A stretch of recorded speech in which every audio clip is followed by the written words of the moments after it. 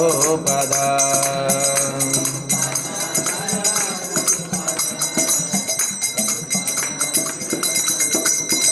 जय जय प्रभुपाद प्रभुपाद प्रभुपाद प्रभुपाद।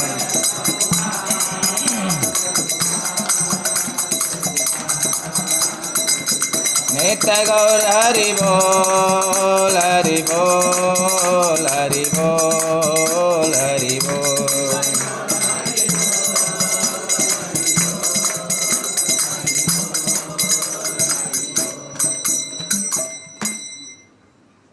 एवं विष्णुपाद परमहंस परिव्राजकाचार्य श्रीमद ऐसी भक्ति वेदांत स्वामी शील प्रभुपाद की जय। श्री श्री राधा गोविंद भगवान की जय। श्री श्री जगन्नाथ बलदेव सुभद्रा महारानी की जय। श्री श्री गौर निताय की शील प्रभुपाद की। हरे कृष्ण। तो कैसा लग रहा है सभी को? कुछ परिवर्तन लगा आप लोगों को? मंदिर में आ जाए तो क्या परिवर्तन लगा? दिमाग खुल गया? हम लोग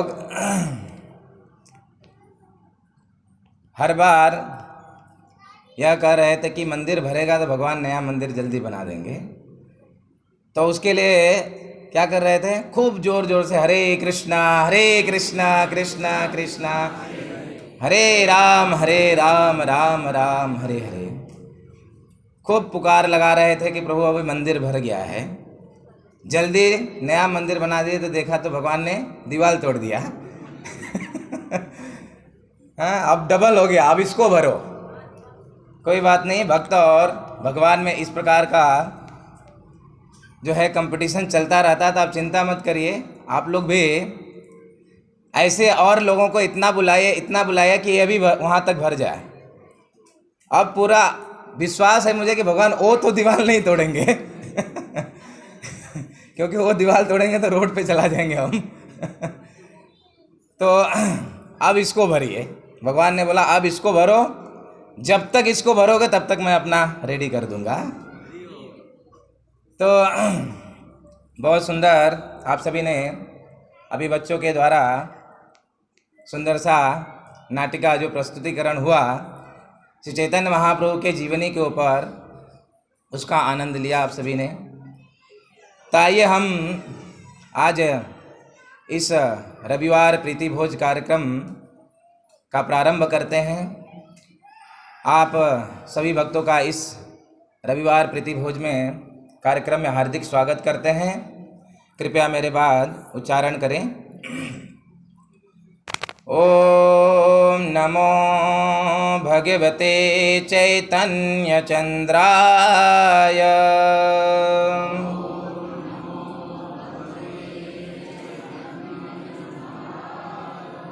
ओम नमो भगवते चैतन्य चंद्राय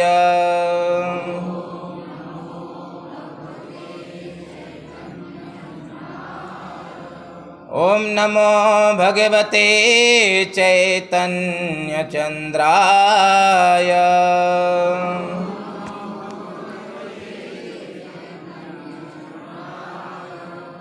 ओम ज्ञानतिमिरान्धस्य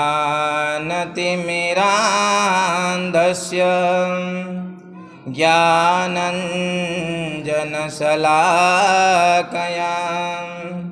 चक्षुरुन्मीलितं येन तस्मै श्रीगुरवे नमः। नमो ॐ विष्णुपादाय कृष्णप्रेष्ठाय भूतले श्रीमते भक्तिवेदान्त स्वामिन् इति नामिने। नमस्ते सारस्वते देवे गौरवाणी प्रचारिणे निर्विशेष शून्यवादी पाश्चात्य देशतारिणे। हे कृष्ण करुणा सिंधो दीनबन्धो जगत्पते गोपेश गोपिकान्त राधाकान्त नमोऽस्तु ते तप्त काञ्चन गौराङ्गी राधे वृन्दावनेश्वरी वृषभानुसुते देवी प्रणमामि हरिप्रिये वाञ्छाकल्पतरुभ्यश्च कृपा सिन्धुभ्य एव च पतितानां पावनेभ्यो वैष्णवेभ्यो नमो नमः। जय श्री कृष्ण चैतन्य प्रभो नित्यानंद श्री अद्वैत गदाधर श्रीवासादि गौर भक्तविंद हरे कृष्णा कृष्णा कृष्णा हरे हरे हरे राम राम राम हरे हरे। आजानुलंबितभुजो कनकावदातो संकीर्तनैकपितरो कमलायताक्षो विश्वम्भरो द्विजवरो युगधर्मपालो वन्दे जगत्प्रियकरो करुणावतारो।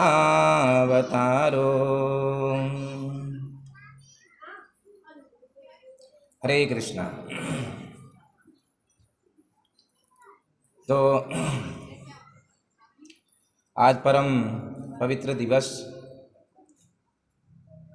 जैसा कि आप लोगों ने सुना अनाउंसमेंट में कि परम महान वैष्णव जगन्नाथ बाबा जी महाराज का आज तिरुभाव तिथि है। वैष्णव का जो आविर्भाव और तिरुभाव है, एक्चुअली इसमें कोई अंतर नहीं है। वैष्णव का चाहे आविर्भाव हो चाहे तिरुभाव, एक दृष्टिकोण से देखा जाए तो वह सुख का भी दिवस है और दुख का भी दिवस है। सुख का दिवस इसलिए है क्योंकि वो परम वैष्णव जो है अपनी लीला समाप्त करके भगवान के जो है यहाँ पे जो उनकी सेवा थी वो समाप्त करके भगवान के धाम में जाकर भगवान के सेवा में लग गए। दुख का विषय इसलिए है क्योंकि वो हमारे बीच में नहीं है। वास्तव में वैष्णव का जो आविर्भाव और तिरुभाव है उसमें कोई अंतर नहीं है।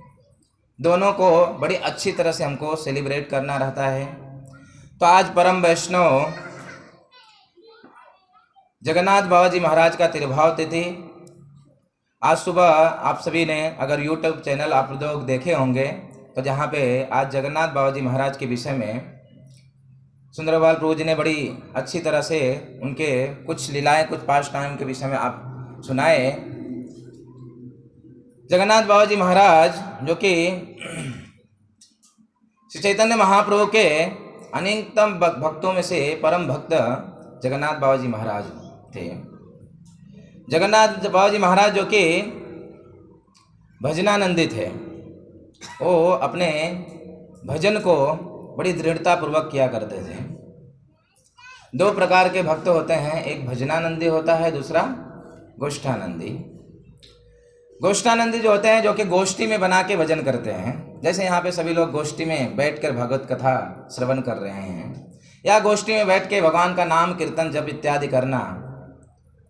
और एक होते हैं भजनानंदी जो कि उनको समाज से, लोगों से कोई लेना देना नहीं, अपने भजन को, उनको भगवान से संबंध रखकर अपने भजन को करते हैं। जगन्नाथ बाबा जी महाराज जो कि भगवान श्री चैतन्य महाप्रभु के अनेक परम भक्तों में से एक भक्त, जिन्होंने इस धराधाम पे 144 साल तक रहे। आप लोग देखेंगे कि हमारे जो परंपरा है उसमें 6 गोस्वामी एक साथ में है, उसके बाजू में जो है जगन्नाथ बाबा जी महाराज हैं। कितने वृद्ध हैं वो। उनके वृद्धा शरीर छोड़ने से पहले उनके जो शरीर का वर्णन आता है कि उनका शरीर जो है सुदर्शन आकार का हो गया था, लेकिन फिर भी वो भगवान के पवित्र नाम, अपने भजन में इतनी दृढ़ता, इतनी श्रद्धा थी उनको कि कभी भी उन्होंने उसका त्याग नहीं किया। विशेष करके श्री चैतन्य महाप्रभु के चरणों में उनका बड़ी प्रीति था। और इनकी विशेष कृपा, जगन्नाथ बाबा जी महाराज का जो विशेष कृपा है वो भक्ति विनोद ठाकुर के अंदर उन्होंने संचारित करके गए। जगन्नाथ बाबा जी महाराज जो कि 6 महीने नवद्वीप धाम में रहते थे और 6 महीने जो है वृंदावन, ब्रजधाम वृंदावन में रहते थे। इस प्रकार से उनका जब 142 साल पूरा हुआ, उस समय भक्ति विनोद ठाकुर जब ये नवद्वीप धाम की महिमा का उजागर करने का जब उन्होंने विचार किया, जैसे कि ब्रज वृंदावन धाम भी समय के प्रभाव के कारण वहाँ की लीला अस्तिनियों की कथाएं लुप्त हो चुकी थीं, लेकिन हमारे 6 गोस्वामी जो कि चैतन्य महाप्रभु के आदेशानुसार आए और उन्होंने क्या किया, भगवान कृष्ण के इस वृंदावन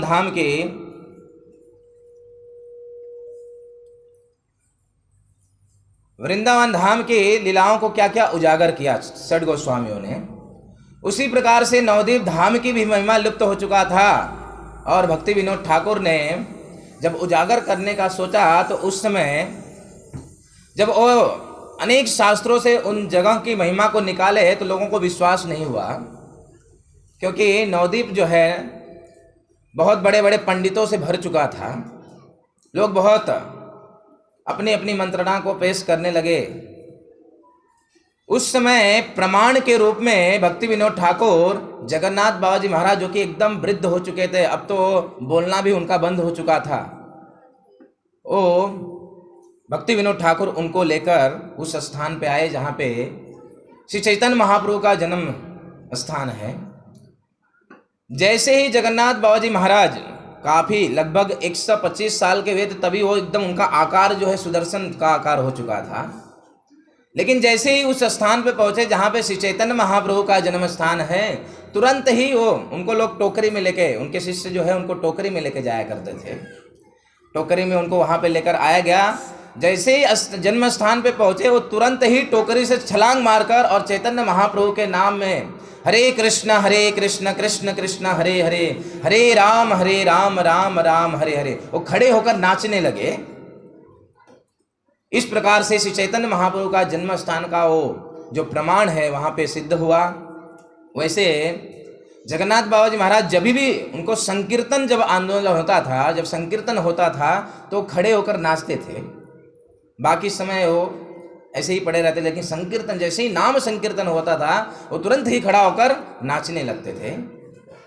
इस प्रकार से जगन्नाथ बाबा जी महाराज, जिनका पास टाइम तो बहुत है, लेकिन मैं कुछ विशेष बातों को बताकर आज के इस प्रवचन का मैं प्रारंभ करना चाहूँगा कि जगन्नाथ बाबा जी महाराज ने कुछ 4 नियम के ऊपर बड़ी सुंदर रूप से वो हमेशा उपदेश दिया करते थे। वो 4 नियम क्या है मैं आप लोग को बताऊंगा।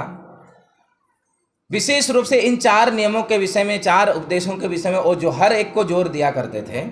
सबसे प्रथम, असत संग त्याग यही वैष्णव आचार्य, कि एक वैष्णव को, एक साधु को, एक भक्तों को क्या करना चाहिए, असत व्यक्तियों का त्याग करना चाहिए। जो असत मतलब जो गलत व्यक्तियों का संग करते हैं उनका हमेशा के लिए त्याग करना चाहिए। गलत व्यक्तियों के संग कभी भी नहीं रहना चाहिए। प्रथम उपदेश। जगन्नाथ बाबा जी महाराज ने द्वितीय उपदेश दिया कि जीवन का कोई भी परिस्थिति हो, मैं उस उपदेश को एज इट इज पढ़ता हूँ। परम गति प्राप्त करने हेतु नियमबद्धता एवं दृढ़ता पूर्वक हरिनाम का पुनः उच्चारण करना चाहिए। नियमबद्धता के बारे में बता रहे हैं यहाँ पे कि किस प्रकार से हरिनाम का जो जप है ये नियमानुसार, नियम की बद्धता से हमको करना चाहिए। कैसे?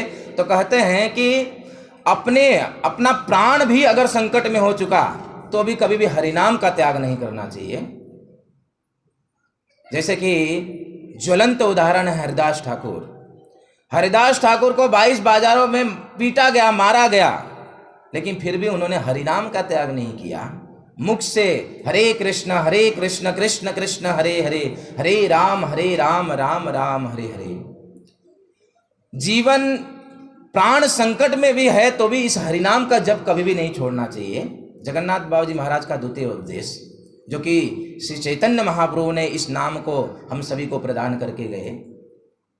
तीसरा उपदेश वो कहते हैं कि श्री कृष्ण से भी अधिक करुणा और शुभ कार्य जो है गौर हैं, जिनका स्मरण करो, उनका कभी विस्मरण ना करो। यही स्मरण कराने के लिए पिछले 1 महीनों से गौर निताई उत्सव जो कि हम लोग कर रहे हैं प्रतिदिन, और साथ साथ में यहाँ पे जो आप लोग कल्चरल प्रोग्राम देख रहे हैं वो भी श्री चैतन्य महाप्रभु को याद दिलाने के लिए किया जा रहा है। एक विशेष बात को जगन्नाथ बाबू जी महाराज बताते हैं कि भगवान कृष्ण जो है ना, वो एक शासक है, एक राजा है। वो शासक के भांति जो है कार्य करते हैं कि आप अगर गलत करेंगे तो उसका सजा देंगे और सही करेंगे तो उसका आपको लाभ मिलेगा। मतलब गलत और सही जो है देखते हुए भगवान कृष्ण क्या करते हैं, उसको दंड देते हैं या उसको लाभ देते हैं। लेकिन जगन्नाथ बाबू जी महाराज कहते हैं कि अगर गौर श्री चैतन्य महाप्रभु की उपासना करते हैं तो श्री चैतन्य महाप्रभु कभी भी इस अपराध को, सही गलत को देखते ही नहीं हैं। श्री चैतन्य महाप्रभु ने अगर सही गलत को देखा होता तो जगाई मदाई का उद्धार नहीं किया होता। जगाई महागाई एक ऐसे पात्र हुए जो कि उन्होंने 4 नियमों को ऐसा कोई दिन नहीं जाता था कि वो नहीं तोड़ते थे। इतने बड़े पापी, लेकिन श्री चैतन्य महाप्रभु ने क्या किया, उनको क्षमा करते हुए उनको प्रेम भक्ति प्रदान किया। जगन्नाथ बाबू जी महाराज कहते हैं कि कभी भी हम वैष्णवों को चाहिए, भक्तों को चाहिए कि हमेशा सदैव जो है भगवान श्री चैतन्य महाप्रभु का उपासना इस कलयुग में करना चाहिए। तृतीय बात, चतुर्थ बात बताते हैं कि देखिए कि ये कृष्ण जो है ना, ये द्वापर युग के भगवान हैं। अब कौन सा युग चल रहा है? कलयुग चल रहा है। इस कलयुग में जो है भगवान श्री चैतन्य महाप्रभु आए, तो अब के समय में जो राजा है वो श्री चैतन्य महाप्रभु है। तो इस समय जो राजा है उनकी उपासना करनी चाहिए। जैसे कि इस समय भारत को चलाने वाला कोई राजा है तो हम उसका जय जयकार करते हैं ना, है कि नहीं? इससे पहले भी बहुत सारे लोग होके गए तो उनका जय जयकार किया। जो प्रारंभ में इस समय अभी करंट में जो राजा है उसका क्या है, गुणगान होना चाहिए। तो जगन्नाथ बाबू जी महाराज कहते हैं कि हमको क्या करना चाहिए, श्री चैतन्य महाप्रभु इस समय इस कलयुग में श्री चैतन्य महाप्रभु भगवान कृष्ण ही चैतन्य महाप्रभु के रूप में आए और उनकी उपासना हमको करनी चाहिए। ये 4 बातों के ऊपर जगन्नाथ बाबू जी महाराज बड़ा सुंदर रूप से उनका उपदेश रहा। आपने गौर किया कि जगन्नाथ बाबू जी महाराज ने सबसे प्रथम असत संग की बात किया, फिर उसके बाद श्री चैतन्य महाप्रभु के दिए हुए हरिनाम के ऊपर बात किया, और उसके बाद किस प्रकार से कृष्ण का उपासना न करके हमको क्या करना चाहिए, श्री चैतन्य महाप्रभु की उपासना करना चाहिए। क्यों? क्योंकि कृष्ण जो है शासक के भांति कार्य करते हैं, लेकिन चैतन्य महाप्रभु कोई अपराध नहीं लेते हैं। उसके बाद कहते हैं कि इस युग में ये कलयुग चल रहा है, इसमें हमको श्री चैतन्य महाप्रभु की, जो कृष्ण ही चैतन्य महाप्रभु के रूप में आए, तो उनकी हमको उपासना करना चाहिए। लेकिन आपने देखा, लेकिन समस्या ये है कि जब भी चैतन्य महाप्रभु गौर निताई के विषय में जब हम बातें करते हैं तो लोगों को अरुचिकर लगता है। हम पिछले कई दिनों से कई घरों में जाके हम इस गौर निताई फेस्टिवल को करते हैं हम, तो वहाँ पे लोगों का ये प्रश्न रहता है कि गौर निताई कौन है, लोगों को नहीं मालूम। इसलिए हमको ये पता करना चाहिए कि चैतन्य महाप्रभु, देखिए एक कब मालूम चलता है, जब हम तत्व की दृष्टिकोण से यह जान लें कि श्री चैतन्य महाप्रभु और कोई नहीं, साक्षात ब्रजेंद्र नंदन भगवान कृष्ण हैं, तब हम उनको प्रेम करने में दूर नहीं हटेंगे। तो आज जो है हम श्री चैतन्य महाप्रभु के कुछ तत्व के विषय में, किस प्रकार से चैतन्य महाप्रभु ही जो है वो साक्षात ब्रजेंद्र नंदन कृष्ण है, इस बात के ऊपर थोड़ा सा हम विचार करेंगे और साथ साथ में चैतन्य महाप्रभु के कुछ पास्ट टाइम के ऊपर भी हम चर्चा करेंगे। तो चैतन्य महाप्रभु देखिए, मनुष्य जो जीवन का उद्देश्य है, वैसे मनुष्य सभी प्रकार के मनुष्य अलग अलग लोगों के अलग अलग प्रकार का उद्देश्य हो सकता है, लेकिन अगर कॉमन देखा जाए तो मनुष्य जीवन का एक ही उद्देश्य है, वह है कृष्ण के प्रेम को प्राप्त करना। हमको अगर मनुष्य जीवन प्राप्त हुआ है तो हमको कृष्ण प्रेम को प्राप्त करने, भगवान की प्राप्ति करने के लिए देह की प्राप्ति हमको हुआ है। अगर हम इस देह से, प्रभुपा जी कहते हैं, इस देह से अगर हमने कृष्ण को नहीं पाया तो फिर से हम क्या करेंगे, वापस हम 84 लाख योनियों में फंस जाएंगे। प्रभुपा जी हमेशा कहते हैं कि मनुष्य जीवन में जो है ना, एक जंक्शन की भांति है। जंक्शन पे कई रास्ते निकलते हैं, वो व्यक्ति चॉइस कर सकता कौन से रोड में उसको जाना है। इसी प्रकार से मनुष्य जीवन जो है एक जंक्शन की भांति है, वहाँ पे हमको कई रास्ते हैं। हम भगवत प्राप्ति भी कर सकते हैं, हम वापस 84 लाख योनियों में अधोगति को भी प्राप्त कर सकते हैं। तो इस मनुष्य जीवन का जो उद्देश्य है वह है क्या है, कृष्ण प्रेम को प्राप्त करना, कृष्ण की प्राप्ति करना। लेकिन एक कृष्ण प्रेम जो कि मनुष्य जीवन का अंतिम उद्देश्य है, कृष्ण प्रेम प्राप्त करना, यह कृष्ण प्रेम व्यक्ति को तभी प्राप्त होगा जब उसके ऊपर श्री चैतन्य महाप्रभु की कृपा होगी। अन्यथा कृष्ण प्रेम की प्राप्ति कभी भी नहीं संभव है, कभी भी नहीं है। रूप गोस्वामी पाद को श्री चैतन्य महाप्रभु शिक्षा देते हुए रूप शिक्षा में कहते हैं, ए ते ब्रह्मांड भरी अनंत जीवगण 84 लक्षत जीव करे भ्रमण। चैतन्य महाप्रभु रूप गोस्वामी पाद को कहते हैं कि ए ते ब्रह्मांड भरी अनंत जीवगण, इस पूरे ब्रह्मांड में अनंत जीवगण हैं जो कि क्या कर रहे हैं, 84 लक्षत जीव करे भ्रमण। 84 लाख प्रकार की योनियां हैं। जलजा नवलक्षाणी स्थावरा लक्ष विंशादि कृमियो रुद्र संख्याया पक्षिणाम 10 लक्षणम। तो इस प्रकार से 84 लाख योनियां हैं। और चैतन्य महाप्रभु कहते हैं कि 84 लाख योनियों में जीव क्या हो रहा है, भ्रमण कर रहा है। और इस 84 लाख योनियों में से सबसे कम चतुर्लक्षाणी मानुषः, इस 84 लाख योनियों में से सबसे कम अगर प्रजाति है तो कौन सा है, मनुष्य का। 4 लाख प्रकार के मनुष्य, और उसमें भी बहुत वैरायटीज है, बहुत कम है मनुष्यों की संख्या। 84 लाख योनियों में से मनुष्यों की संख्या बहुत कम है।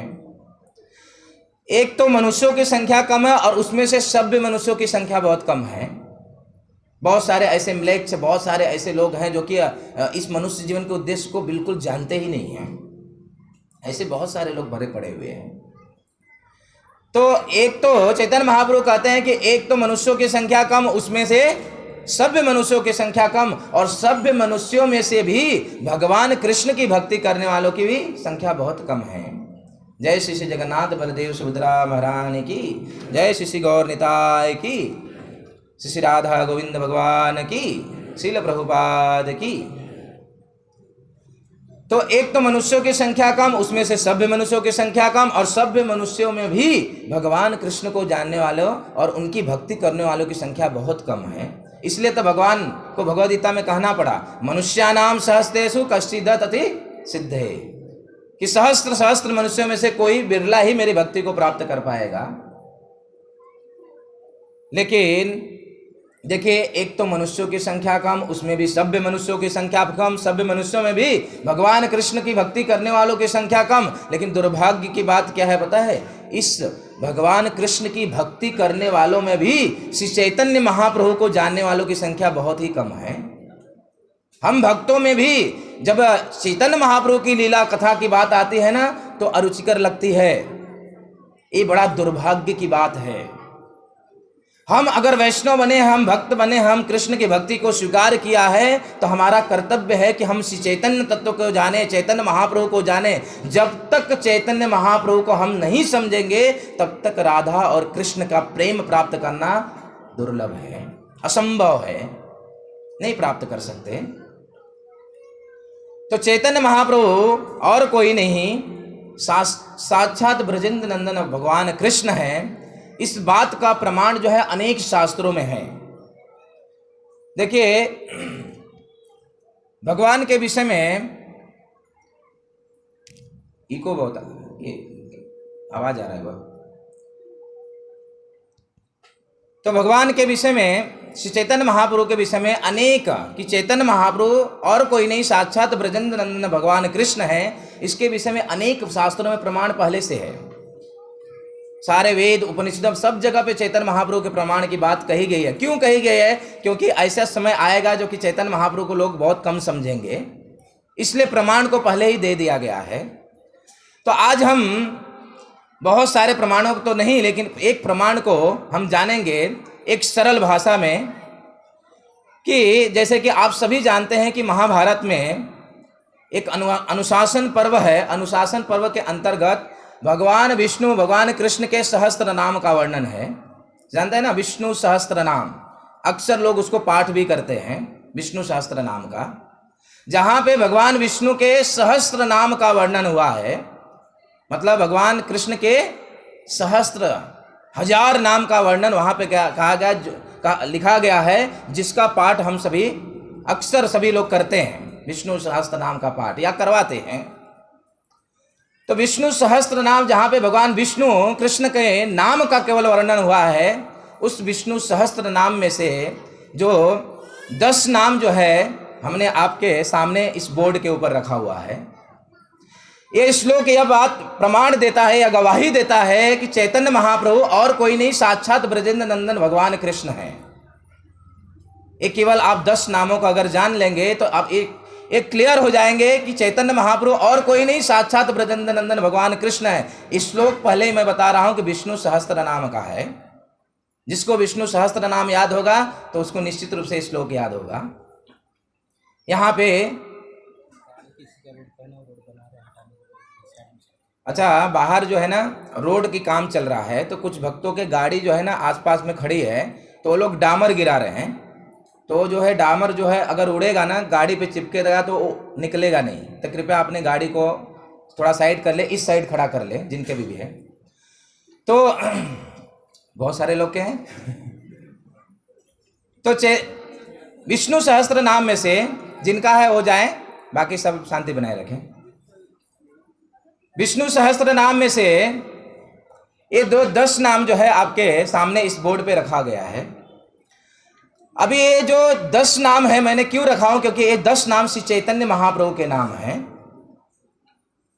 10 नाम जो है ये चैतन्य महाप्रभु के 10 नाम है, जो कि विष्णु सहस्त्र नाम के अंतर्गत आता है।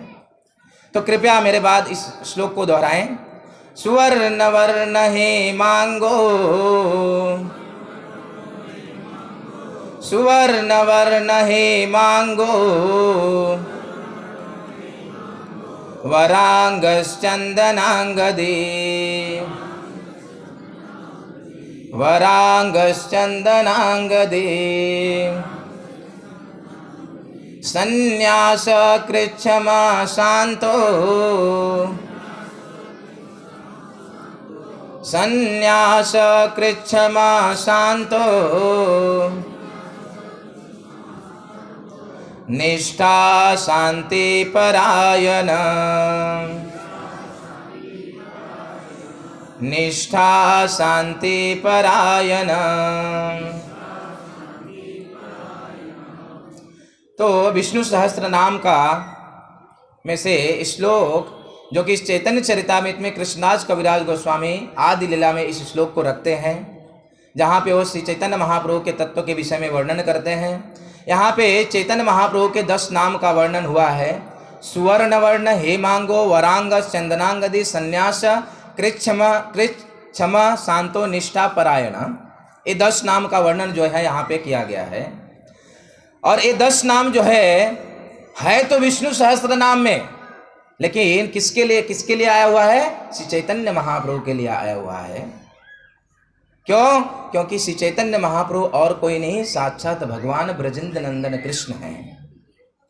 तो इस श्लोक को थोड़ा से हम समझने का जो भी समय बचा हुआ है प्रयास करेंगे।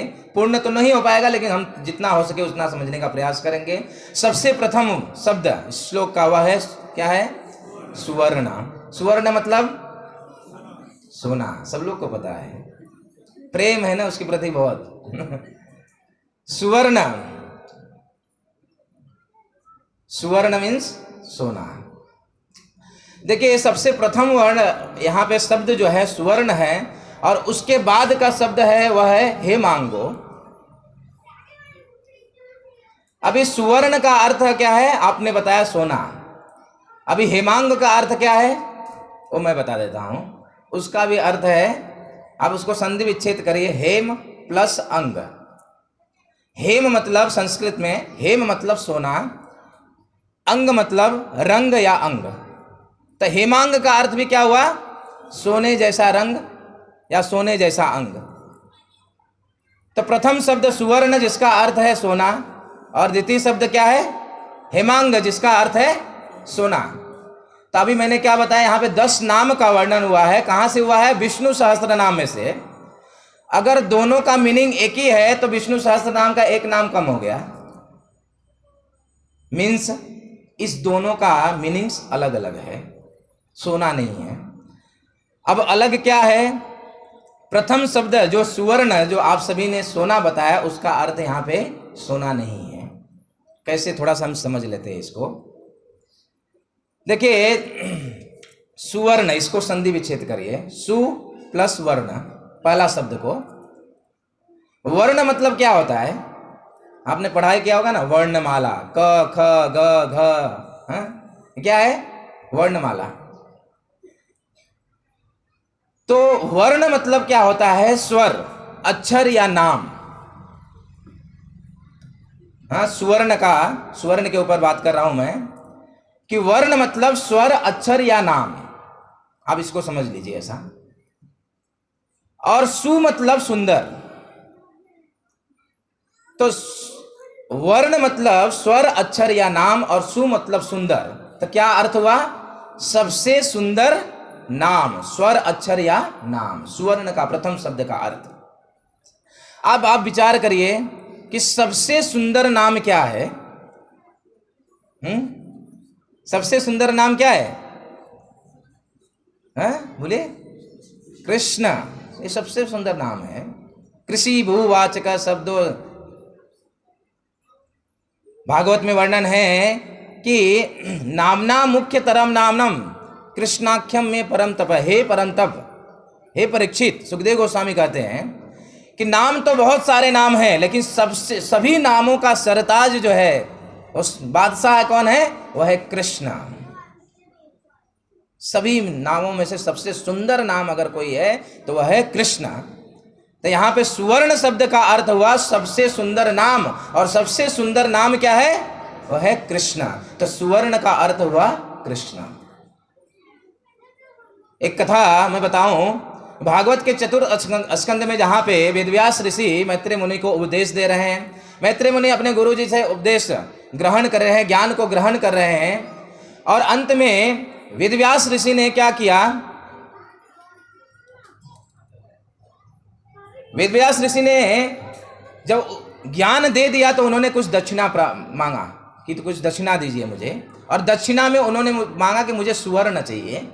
वेदव्यास ऋषि मैत्रेय मुनि सोचने लगे कि कितने दिनों से मैं आपके पास में रह के विद्या को ग्रहण कर रहा हूँ, सीख रहा हूँ, मैं आपके पास आपको सुवर्ण कहाँ से, सोना कहाँ से ला के दूँ?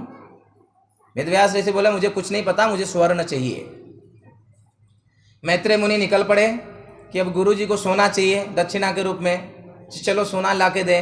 निकल पड़े, लेकिन सोच रहे थे, रास्ते भर विचार कर रहे थे कि इतने परम विरक्त वेदव्यास ऋषि, जो कि उनको सोने की क्या जरूरत है, और उन्होंने विचार करते करते करते करते इस निष्कर्ष पे पहुंचे कि सुवर्ण मतलब सबसे सुंदर नाम, और सबसे सुंदर नाम है कृष्ण, मतलब मेरे गुरुजी ने हमसे कृष्ण को मांगा है।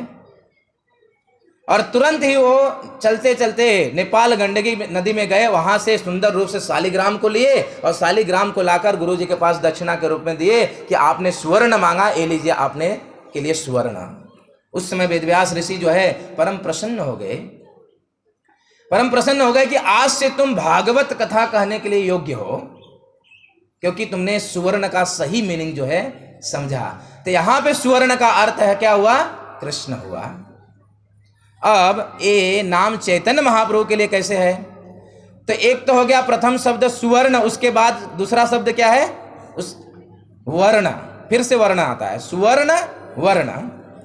अब इस वर्ण, पहला सुवर्ण का अर्थ हुआ सुंदर, नाम वह है कृष्ण। दूसरा वहां पे जो वर्ण है, वर्ण वहां पे जो है, वहां पे उसका अर्थ है वर्णन करने वाला। तो इस कृष्ण नाम का सबसे ज्यादा वर्णन कौन किया? श्री चैतन्य महाप्रभु ने किया। चैतन्य महाप्रभु के आप जीवन चरित्र को जब आप पाठ करेंगे तो चैतन्य महाप्रभु अपने जीवन में क्या किए? सबसे ज्यादा केवल और केवल हरिनाम संकीर्तन किया उन्होंने। तो कृष्ण के चरित्र को सबसे ज्यादा गायन करने वालों को सुवर्ण वर्ण कहते हैं। और श्री कृष्ण के नामों का सबसे ज्यादा अगर गायन कोई किया तो वह स्वयं भगवान श्री चैतन्य महाप्रभु ने किया। चैतन्य महाप्रभु प्रकट लीला, जब ये बचपन की लीला जब आप पढ़ेंगे तो चैतन्य महाप्रभु बच्चे जब थे तो रोते थे, तो उनको चुप कराने के लिए बहुत सारे खिलौने इत्यादि दिया उनके माता पिता ने। लोग ला के देते थे, लेकिन फिर भी वो चुप नहीं होते थे। लेकिन जैसे ही उनके सामने हरे कृष्ण कृष्ण कृष्ण हरे हरे, हरे राम राम राम हरे हरे, जब हरिनाम का उच्चारण होता था तो चैतन्य महाप्रभु मुस्कुराने लगते थे, चुप हो जाते थे। इतना ही नहीं, चैतन्य महाप्रभु जब प्रकट होने वाले थे ना, उस समय पूरा नवद्वीप जो है हरिनाम के संकीर्तन से गूंज उठा। चैतन्य महाप्रभु केवल और केवल जीवन में अगर कुछ किया, उन्होंने हरिनाम संकीर्तन को किया, और वही दिया हरिनाम संकीर्तन दूसरे को, वही सिखाने के लिए लोगों को श्री चैतन्य महाप्रभु भगवान कृष्ण इस चैतन्य महाप्रभु के रूप में आए इस कलयुग में। चैतन्य महाप्रभु जब नाम संकीर्तन करते थे, कभी कभी इतना उदंड हो जाते थे, संकीर्तन करते करते इतना भाव विभोर हो जाते थे कि होश शुद्ध बुद्ध खो बैठते थे। कभी कभी उनके अंदर अष्ट सात्विक विकार आते थे, जो भक्ति के चरम अवस्था पहुंचने के बाद होता है, ऐसे हुआ करते थे। और एकदम पागलों जैसा व्यवहार करते थे नगर संकीर्तन करते करते। लोग उनको बोलते थे पागल हो चुका है। कभी कभी बोलता है ना, हम नगर संकीर्तन करते हैं तो लोग बोलते हैं हरे कृष्णा वाले पागल हो गए हैं, सुबह सुबह आ गए, हमको सोने भी नहीं देते संडे को, हम संडे सोसाइटियों में जाते हैं कीर्तन करने के लिए। इस प्रकार की लोग लेट तक सोए रहते हैं, हम सुबह 7 बजे ही पहुंच जाते हैं। हमारा तो सुबह 3 बजे से शुरू हो जाता है।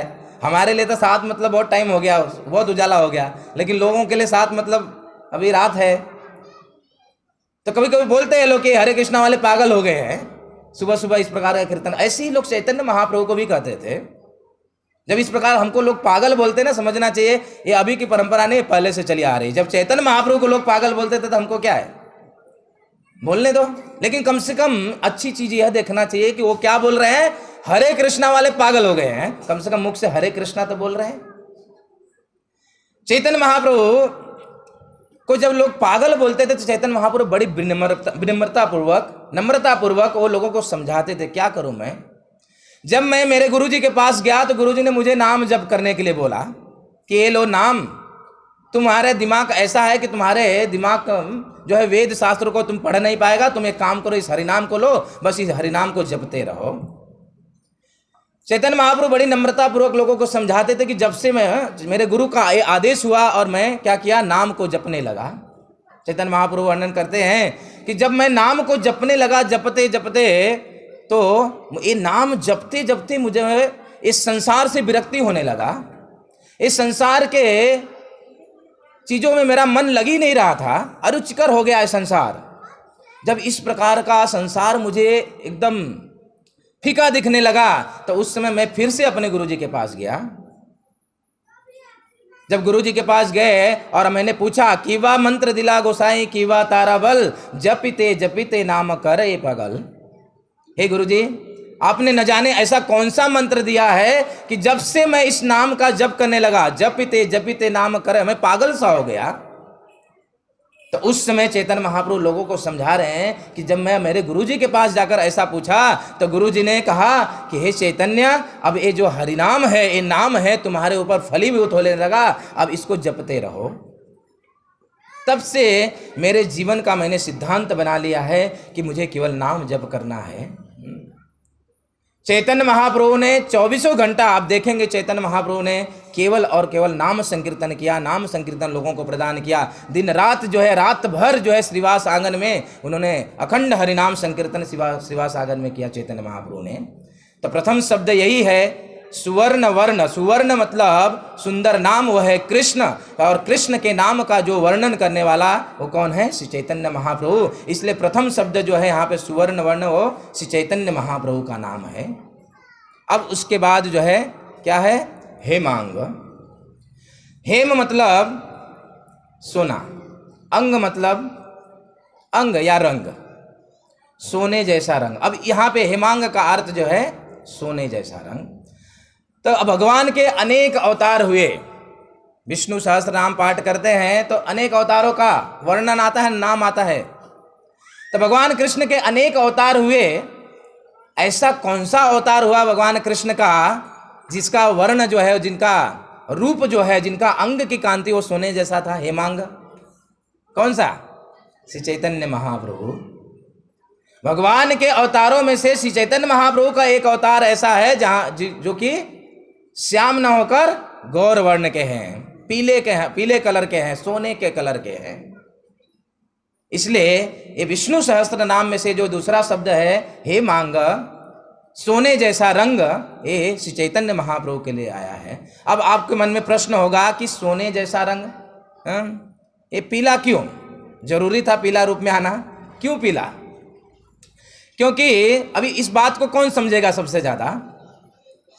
रूप गोस्वामी। क्योंकि रूप गोस्वामी कौन थे? श्री चैतन्य मनोविष्टम, श्री चैतन्य महाप्रभु की मन की बात को जानने वाले श्री रूप गोस्वामी पाद। रूप गोस्वामी पाद अपनी पद्यावली में चैतन्य महाप्रभु, भगवान कृष्ण जब इस चैतन्य महाप्रभु के रूप में आए तो पीला क्यों हो गए, सोने के जैसा क्यों हो गए, इसका वर्णन करते हुए चैतन्य रूप गोस्वामी अपनी पद्यावली में कहते हैं कि श्री राधिका प्रणय महिमा कृदिशो वान यैवा, कि भगवान कृष्ण ने देखा कि ये जो मेरे भक्त हैं, मेरी भक्ति करके, ये मेरे भक्त जो है मेरी भक्ति करके मेरे से ज्यादा आनंद की प्राप्ति कर रहे हैं। आप सुन रहे हैं कि मेरे भक्त जो है मेरी भक्ति कर रहे हैं और मेरे से ज्यादा आनंद की प्राप्ति कर रहे हैं। जब देखो तब नाचते रहते, उछड़ते रहते, कूदते रहते हैं। इनको कौन सा रस प्राप्त होता है इसमें?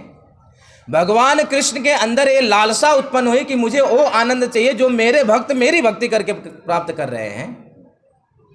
जब भगवान कृष्ण के अंदर ये लालसा हुई कि भक्तों वाला सुख, भक्तों वाला आनंद मुझे चाहिए, तो उस समय भगवान कृष्ण ने सोचा कि मैं भक्त बनूं।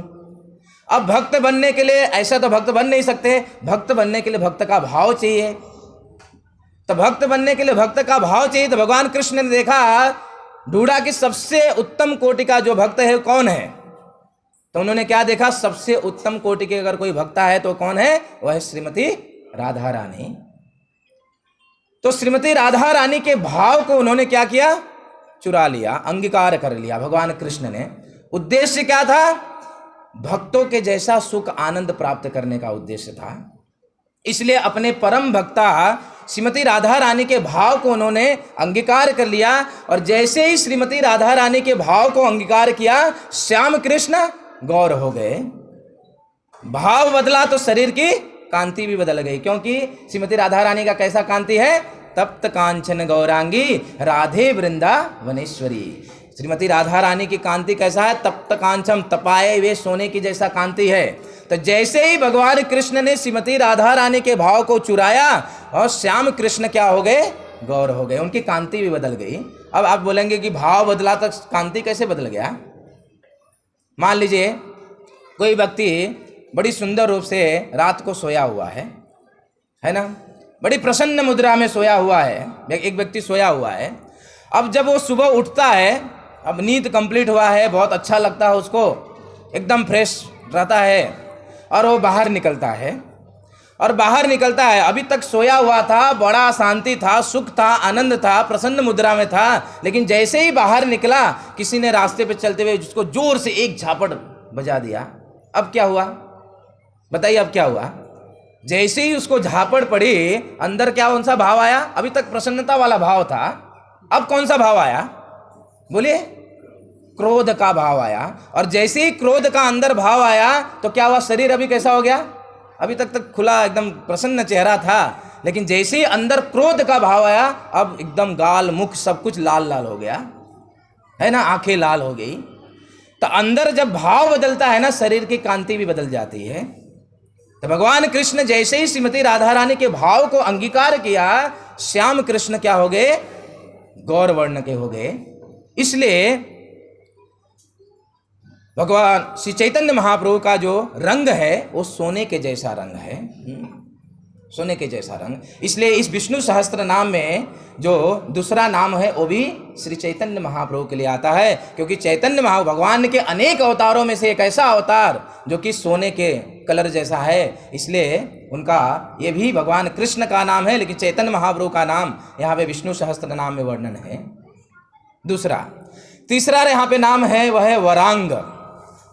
वरांग मतलब वरण करने योग्य, वरण करने योग्य। अब वरण व्यक्ति किसका करता है? कोई चलते हुए रास्ते में किसी पागल व्यक्ति को तो फॉलो नहीं करता है कोई, किसको करता है? वरण किसका व्यक्ति करता है? चुराता किसका है? जो श्रेष्ठ हो, जो श्रेष्ठ व्यक्ति है, समाज में नामी है, उस पर उसको किस चीज को क्या करते? फॉलो करके उसको चुराता है, वरण करता है। देखिए, ये श्रेष्ठता जो है ना, दो प्रकार की होती है। हमारी श्रेष्ठता दो प्रकार की होती है। व्यक्ति एक तो शरीर की सुंदरता के दृष्टिकोण से श्रेष्ठ होता है, एक प्रभाव के दृष्टिकोण से श्रेष्ठ होता है। अक्सर देखा जाता है कि दोनों साथ में व्यक्ति में प्राप्त नहीं होता है। कोई बहुत सुंदर है तो कुछ काम नहीं कर सकता है, और कोई बहुत काम करने वाला है तो सुंदर नहीं है ना, ऐसा देखा जाता है। लेकिन चैतन्य महाप्रभु जो कि इस सुंदरता के दृष्टिकोण से भी बहुत प्रभावशाली थे, उनको वर्ण किया जा सकता है, और साथ साथ में वो काम के दृष्टिकोण से भी देखे तो बहुत प्रभावशाली थे। चैतन्य चरितामृत में कृष्णास कविराज गोस्वामी बड़ी सुंदर रूप से श्री चैतन्य महाप्रभु के इस कांति, चैतन्य महाप्रभु के शरीर की कांति का वर्णन करते हुए कहते हैं, चैतन्य से मेरा नवदीप अवतार, चैतन्य से मेरा नवदीप अवतार, सिंह ग्रीव सिंह वीर्य सिंहेर हुंकार, तप्त हेम कांति समम प्रचंड शरीर, नव में गजेने कंठ ध्वनि जे गंभीर। कृष्णदास कविराज गोस्वामी चैतन्य महाप्रभु के इस कांति का वर्णन करते हुए कहते हैं कि चैतन्य सिंहेर नवदीप अवतारा, चैतन्य महाप्रभु का जो कि सिंह की समान, चैतन्य महाप्रभु नवदीप में उनका अवतार हुआ। सिंह ग्रीव सिंह वीर सिंहेर हुंकार, तप्त हेम कांति, और उनकी कांति कैसी थी? तपाए हुए सोने की समान उनकी कांति, और उनका शरीर जो है था प्रचंड शरीर था, बहुत बड़ा शरीर था। नव मेघ जीने कंठ ध्वनि जे गंभीर, नव मेघ जैसा उनका वाणी था। जैसे कि हमको बोलने के लिए माइक की जरूरत है, अगर माइक हटा दिया तो 10 लोग भी नहीं सुन सकते हैं, लेकिन चैतन्य महाप्रभु को माइक की जरूरत नहीं पड़ती थी। लाखों लाखों लोग उनके उस मेघ ध्वनि को ऐसे ही सुन लिया करते थे। चैतन्य महाप्रभु की ध्वनि ऐसी थी। चैतन्य महाप्रभु के अंग के कांति सब कुछ बड़े, आजानुलंबित भुजो कनकावदातो, उनके पूरा शरीर जो है, पूरा हर एक शरीर का अंग की कांति जो है कि बहुत बड़ा था शरीर उनका। जगन्नाथपुरी में संकीर्तन के दौरान जब चैतन्य महाप्रभु के एक बार अष्ट सात्विक विकार आया, तो जिस पत्थर के ऊपर खड़े तो पत्थर पिघल गया। जब पत्थर पिघल गया तो पत्थर के ऊपर उनके चरण के चिन्ह छाप पड़ गए। तो भक्तों ने जब उस चिन्ह को, चरण चिन्ह को मापा, तो उनका चरण चिन्ह जो है 13.5 इंच लंबा हुआ। नॉर्मल व्यक्ति के चरण कितने होते हैं? 8.5 इंच। मान लीजिए बहुत कोई बड़ा लंबा हो तो उसके 10.5 होंगे, इससे ज़्यादा तो नहीं होंगे। लेकिन चैतन्य महाप्रभु के चरण चिन्ह, चरण कितना लंबा? 13 इंच। अब उस चरण का माप जब भक्तों ने लिया तो अनुमान करने वाले उन्होंने अनुमान लगा लिया, पूरा कैलकुलेशन कर लिया। जब चरण इतने लंबे तो उनके हाथ कितने लंबे, तो उन्होंने वर्णन किया है कि 23 इंच लंबे। अब साधारण व्यक्ति के हाथ कितने लंबे होते हैं, 18 इंच के होते हैं, चैतन्य महाप्रभु के 23 इंच के। अब जब हाथ 23 इंच के तो उनके ऊंचाई कितना लंबा, तो वर्णन है कि ऊंचाई जो है 89 इंच लंबा, हाइट जो है चैतन्य महाप्रभु। और साधारण व्यक्ति के कितने होते हैं, 65, 66। अभी हाँ कोई अमिताभ बच्चन जैसा हो कुछ लंबा तो थोड़ा और ज़्यादा हो सकता है, लेकिन चैतन्य महाप्रभु के 89, 90 इंच तक इतना लंबा स्वरूप था। आजानुलंबित भुजो कनका, इसलिए भागवत में कहा गया वंदे महापुरुषुते चरणारविंदम। चैतन्य महाप्रभु, लोचनदास ठाकुर अपने ग्रंथ में वर्णन करते हैं कि जब चैतन्य महाप्रभु जब पूरी क्षेत्र में जब संकीर्तन कर रहे थे तो लाखों की संख्या में भीड़ हुआ करती थी। उनकी कांति का वर्णन करते हुए लोचनदास ठाकुर चैतन्य मंगल में वर्णन करते हैं कि जब चैतन्य महाप्रभु संकीर्तन करते थे लाखों की संख्या में लोग उनके साथ में होते थे। जगन्नाथपुरी में रथ यात्रा का समय था, 7 की टोली में बनाकर चैतन्य महाप्रभु जो कि इस नगर संकीर्तन भगवान जगन्नाथ के रथ के सामने जो संकीर्तन कर रहे हैं। आप तो सब जानते हैं कि जगन्नाथपुरी में जगन्नाथ रथ के सामने कितना लाखों की संख्या में भीड़ होती है, जिसका कोई गिनती नहीं है। चैतन्य मंगल में वर्णन है कि उस समय चैतन्य महाप्रभु संकीर्तन कर रहे, इतना लाखों की संख्या में भीड़ है, लेकिन लोग एक दूसरे को देख नहीं पा रहे हैं। और भीड़ का वर्णन कर रहे हैं कि भीड़ इतना है कि अगर ऊपर से सरसों का, राई का दाना अगर गिराया जाए तो एक भी दाना नीचे न गिरे, इतना भीड़ है। इतना भीड़ है कि एक दूसरे को लोग देख नहीं पा रहे हैं। लेकिन चैतन्य मंगल में वर्णन है कि लोग एक दूसरे को देख पाए या ना देख पाए, लेकिन चैतन्य महाप्रभु को सब लोग देख पा रहे थे, क्योंकि जो इतने लंबे जो थे। तो चैतन्य महाप्रभु की जो कि अंग की कांति जो बहुत प्रभावशाली, और साथ साथ में अगर प्रभाव की दृष्टिकोण से देखें तो जिनको उन्होंने आलिंगन किया, जिनको टच किया, उनको जीवन का जो परम ध्येय है प्रेम भक्ति, उसको प्राप्त हो गया। चैतन्य महाप्रभु की अंग की कांति, वो किसी को भी आलिंगन, सनातन गोस्वामी पाद, हमारे 6 गोस्वामी में से एक गोस्वामी सनातन गोस्वामी पाद को एक रोग हो गया था, ऐसा रोग कि सब जगह कीड़े पड़ गए थे शरीर में। और इतने बड़े महात्मा है वो कि उस कीड़े को कभी निकालते नहीं थे, क्योंकि कीड़े का फूड ही उसका आहार है, उसको क्यों आहार से विमुक्त करना है। कीड़ों को नीचे तक नहीं गिराते थे वो। अब कभी कभी कीड़ा गिर जाता था, उठा के उसको वापस रख देते थे। चैतन्य महाप्रभु ने जब देखा कि सनातन गोस्वामी का ये हालत, चैतन्य महाप्रभु ने सनातन गोस्वामी पाद को देखते ही उनका आलिंगन कर लिया। चैतन्य महाप्रभु ने जैसे ही आलिंगन किया, तुरंत ही सनातन गोस्वामी पाद के जितने भी रोग थे वो तुरंत ही समाप्त हो गए। तो चैतन्य महाप्रभु जो कि प्रभाव की दृष्टिकोण से भी श्रेष्ठ हैं।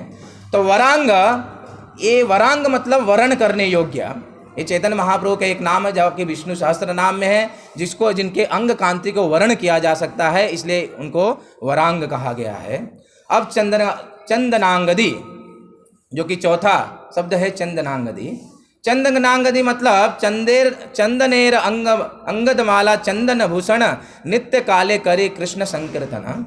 चैतन्य महाप्रभु सदैव जो कि चंदन को धारण करते थे और नाम संकीर्तन किया करते थे। और एक नाम है जो कि संन्यास कृच्छ, चंदन को धारण करने वाले, इसलिए उनका नाम चंदनांगदी। अब संन्यास कृच्छ, 5वां जो शब्द है संन्यास कृच्छ। अब देखिए, सभी नामों में विश्वास हो या न हो, लेकिन एक ऐसा संन्यास शब्द के ऊपर तो सबको विश्वास होगा।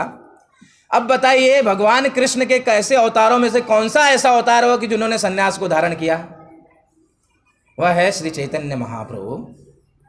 चैतन्य महाप्रभु ने संन्यास को धारण किया। अब संन्यास को क्यों धारण किया चैतन्य महाप्रभु ने? भगवान कृष्ण को क्या जरूरत था संन्यास को धारण करने का? क्या जरूरत था वैराग्य रूप धारण करने का? क्योंकि जब चैतन्य महाप्रभु इस आज से लगभग 550 वर्ष जब इस धराधाम पे आए हम सभी को हरिनाम संकीर्तन को देने के लिए, तो उन्होंने देखा कि लोग अपराध कर रहे हैं उनका। जब वो पागलों की तरह संकीर्तन करते थे, उनके अंदर अष्ट सात्विक विकार इत्यादि आते थे, तो लोग जो है उनका निंदा करने लगते थे। ये क्या है, इस प्रकार का दिखावा कर रहा है, ऐसा है। क्योंकि पंडितों से पूरा नवद्वीप भरा हुआ था। जब लोग निंदा करने लगे तो भगवान ने देखा, सोचा चैतन्य महाप्रभु ने कि लोग मेरी निंदा कर रहे हैं और मैं आया हूँ इन लोग का उद्धार करने के लिए, लेकिन लोग मुझे निंदा कर रहे हैं, इसलिए मुझे सन्यास को धारण करना चाहिए। क्योंकि सन्यासी व्यक्ति के प्रति लोगों का स्वाभाविक रूप से एक रिस्पेक्ट होता है, एक झुकाव होता है, एक आदर सम्मान होता है। चैतन्य महाप्रभु ने सोचा कि ये लोग अगर मेरी निंदा करेंगे तो और अधोगति में जाएंगे, इसलिए इन लोग को कृपा करके मुझे क्या करना चाहिए, सन्यास को धारण करना, ताकि एक लोग मुझे रिस्पेक्ट करे, ताकि इनको सही कृपा प्राप्त हो पाए। चैतन्य महाप्रभु ने जो कि हम सभी के ऊपर कृपा करने के लिए क्या किया, उन्होंने सन्यास को धारण किया। सन्यास कृच ये जो है नाम जो है विष्णु सहस्त्र नाम में सन्यास कृच, ये जो है श्री चैतन्य महाप्रभु के लिए आता है। क्षमा शब्द है, क्षमा शब्द है कि चैतन्य महाप्रभु ने सबको जो है प्रेमा भक्ति प्रदान किया। देखिए भगवान के ऐसे अवतारों, अनेक अवतारों में से एक ऐसा अवतार जिन्होंने किसी को मारा नहीं, क्या किया, कृष्ण भक्ति, कृष्ण प्रेम का दान दिया। भगवान राम आए, नरसिम्हा आए, बराह आए, आप देखेंगे कि सब लोगों ने, भगवान राम आए अस्त्र शस्त्र को उठाया और असुरों को दमन किया। भगवान कृष्ण आए, शस्त्र नहीं उठाए लेकिन लात घुसा मारा, सबको मारा। नरसिम्हा आए, फाड़ा। लेकिन चैतन्य महाप्रभु का एक ऐसा अवतार भगवान कृष्ण का जो कि उन्होंने किसी को मारा नहीं। उन्होंने क्या किया, हर एक व्यक्ति पापी से पापी को भी गले लगाकर उनको तार दिया, उनको प्रेमा भक्ति प्रदान किया। चैतन्य महाप्रभु ने सबको क्षमा मतलब आनंद प्रदान किया, सभी के अज्ञानता को नष्ट किया और उसको ज्ञान प्रदान किया श्री चैतन्य महाप्रभु ने। इसलिए उनका एक नाम यहाँ पे विष्णु सहस्त्र नाम में क्षमा है। फिर उसके बाद शांत, शांत भी चैतन्य महाप्रभु की जो भक्ति करते हैं, हमारा देखिए मन जो है अचंचल है, लेकिन हम जब चैतन्य महाप्रभु की भक्ति करते हैं, नाम जब करते हैं, चैतन्य महाप्रभु को प्रणाम करते हैं, तो क्या होता है, हमारा एक अचंचल मन जो है, अचंचल मन जो है शांत हो जाता है। ये चैतन्य महाप्रभु की विशेष कृपा जो कि हमको प्राप्त होता है। और साथ साथ में अभी समय हो गया है, निष्ठा। निष्ठा मतलब कि भगवान, ये जीव जो है अंततः उनका जो गंतव्य है वो भगवान में ही समा जाते हैं, भगवान में चले जाते हैं। इसलिए यहाँ पे एक नाम है, शंकराचार्य इसकी बड़ी लंबी व्याख्या करते हैं, लेकिन हमारे पास समय नहीं है। तो ये निष्ठा जो है भगवान श्री चैतन्य महाप्रभु के लिए ये नाम आया हुआ है। उसके बाद शांति, यह भी भगवान श्री चैतन्य महाप्रभु के लिए आया हुआ है। और उसके बाद परायण मतलब अंतिम उद्देश्य क्या है, यद गत्वा न निवर्तन्ते तद्धाम परायण, कि एक बार जब हम श्री चैतन्य महाप्रभु को स्वीकार करते हैं अपने जीवन में, निश्चित रूप से देखिए चैतन्य तत्व को, चैतन्य महाप्रभु को अगर हम प्रणाम करते हैं, तो चैतन्य तत्व को अगर हमने समझ लिया तो निश्चित रूप से ये मनुष्य जीवन अंतिम जीवन होगा। क्योंकि चैतन्य महाप्रभु को समझकर अगर हम उनको भक्ति करते हैं तो निश्चित रूप से चैतन्य महाप्रभु क्या होता है, हमको ये भगवान कृष्ण के प्रति प्रेम जो कि मनुष्य जीवन का अंतिम उद्देश्य है, ये हमको प्राप्त हो जाता है। तो मेरा निवेदन है सभी भक्तों से कि चैतन्य महाप्रभु का जो विशेष तिथि, उनका जन्म दिवस जो है अभी आगामी 28 तारीख को है, बहुत सुंदर रूप से फेस्टिवल है 3 दिन का। तो आप सभी चैतन्य महाप्रभु के पास टाइम को पढ़िए, ज़्यादा से ज़्यादा चैतन्य महाप्रभु को जब पास टाइम को पढ़ेंगे तो निश्चित रूप से चैतन्य महाप्रभु की कृपा हमको प्राप्त होगी। चैतन्य महाप्रभु जो कि और कोई नहीं, साक्षात ब्रजेंद्र नंदन भगवान कृष्ण हैं। इसका प्रमाण जो है इस महाभारत के अनुशासन पर्व के अंतर्गत जो विष्णु सहस्त्र नाम का ये 10 नाम है जो कि श्री चैतन्य महाप्रभु के लिए आया है, ये हमको प्रमाणित करता है कि चैतन्य महाप्रभु और कोई नहीं, साक्षात ब्रजेंद्र नंदन कृष्ण है। हरे कृष्णा कृष्ण कृष्णा हरे हरे, हरे राम राम राम हरे हरे। श्री चैतन्य महाप्रभु की जय। श्रील प्रभुपाद की। आगामी गौर पूर्णिमा महामहोत्सव की।